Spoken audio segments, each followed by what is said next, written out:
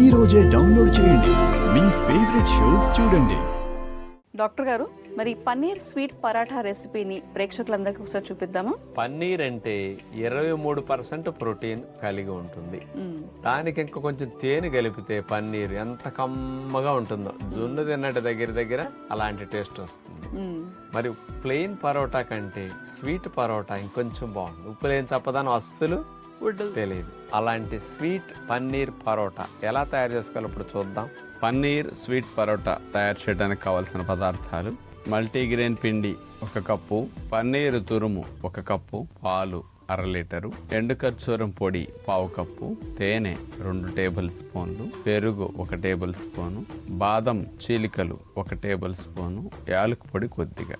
ముందుగా ఒక బౌల్ తీసుకుని అందులో మల్టీగ్రెయిన్ పిండి, తేనె, కొద్దిగా నీళ్లు తీసేసిన గట్టి పెరుగు వేసేసి మల్టీగ్రెయిన్ పిండి కలుపుకుంటాం. తేనె వేయటం వల్ల ఆ పిండిలో చప్పదనం పోయి కమ్మగా వస్తుంది అనమాట. నీళ్లు పోసి పిండి కలపకుండా అటు పెరుగు ఇటు పాలతో కలుపుకుంటే కమ్మగా ఉంటుంది. పరోటా కూడా మెత్తగా సాఫ్ట్గా వస్తాయి అన్నమాట. పాలు పెరుగుతో పిండిని అట్లా కలిపేసి ముద్దలా చేసుకుంటాం. ఆ ముద్దని కాస్త అట్లా పక్కన పెట్టి ఒక 1/2 అవర్ ఉంచుకుంటాం. ఇక పన్నీర్ని అట్లా తురిమేసుకుని ఆ పన్నీరు తురుము ఒక బౌల్లో వేసేసి అందులో యాలకు పొడి, ఎండు ఖర్జూరం పొడి ఈ 2 వేసేసి ఆ పన్నీర్లో కలిపేస్తాం.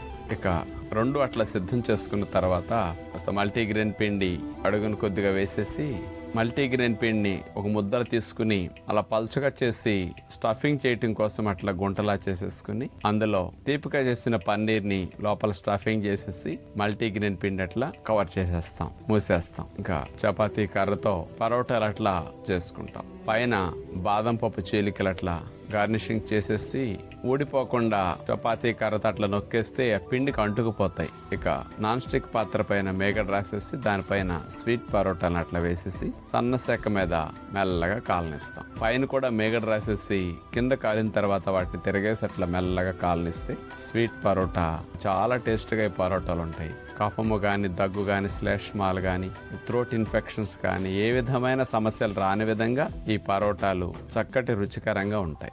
వండే వంటల విధానం కూడా మీ ఆరోగ్యానికి, మీ పిల్లల ఆరోగ్యానికి, ఫ్యామిలీ మొత్తం ఆరోగ్యానికి అంత ప్రధానమైన పాత్రను పోషిస్తాయి. ఎందుకు జీ తెలుగు వారు ఇలాంటి వంటలు అందిస్తున్నారు ఇప్పటికైనా అర్థమైంది కదా. ICMR వారి హెచ్చరికలు విన్నాక వంటల విధానం మార్చుకోండి, కుటుంబాన్ని సంరక్షించుకోండి. చూసారుగా, డాక్టర్ గారు చెప్పినట్టుగా మనందరం కూడా వండే విధానాన్ని మార్చుకుంటే సరిపోతుంది. ఆహారం నుంచి ఆరోగ్యం పొందే అవకాశం ఉంటుంది అంటున్నారు.